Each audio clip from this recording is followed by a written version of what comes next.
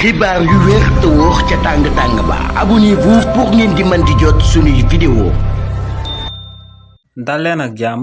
seen chaîne bi di Buzz 221 HD kii di Aminata Assome Diatta nekkoon fi ministre du commerce ci régime président Macky Sall ginnaaw bañ tegee loxo kii di Mansour Faye démb daal di koy placer sous mandat de dépôt kookee yëkkati na ay ŋàññ daal di koy jëmale ci rapport Cour des comptes bi nga xam ne moom moo daal di wax que ne Mansour Faye dafa amal surfacturation ba loolee daal di sabab ñu daal di koy teg loxo ci réew mi di Sénégal kii di Aminata Assome Diatta ne lu leer ba am moom mooy que ne ci rapport Cour des comptes boobee ñu daal di sukkandiku ba daal di teg loxo kii di Mansour Faye daal di koy tëj ci kaso bi ne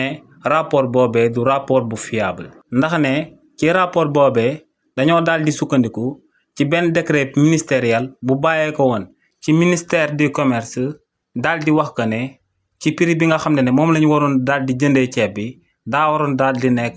250 francs kilo ceeb bi ci waxtu boobee nga xam ne moom la fi coronavirus nekkee woon te muy 2022 nee nag lu leer ba am moom mooy que ne ci arrêté ministériel bi nga xam ne moom la waa Cour des comptes daal di sukkandiku te mu bàyyeekoo ci ministère du commerce ci réewu Sénégal ne arrêté ministériel boobee en 2013 lañ ko amaloon ci réewu Sénégal nee nag atum 2013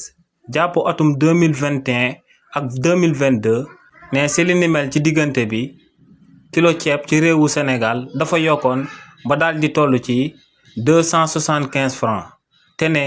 ci prix boobee la kii di Mansour Faye jëndee woon ceeb bi ci réewu Sénégal te ne si loolee dañ daal di sukkandiku daal di wax que ne kii di Mansour Faye dafa am akub surfacturation ba daal di koy jàpp daal di koy tëj ci kaso bi daal di koy placer sous mandat de dépôt te ne li ni mel bañ koy amal teguñ ko ci dëgg waaye tamit teguñ ko ci yoon. xibaar yu wér te wóor ca tàng ba abonnez-vous pour ngeen di mën di jot suñuy vidéo.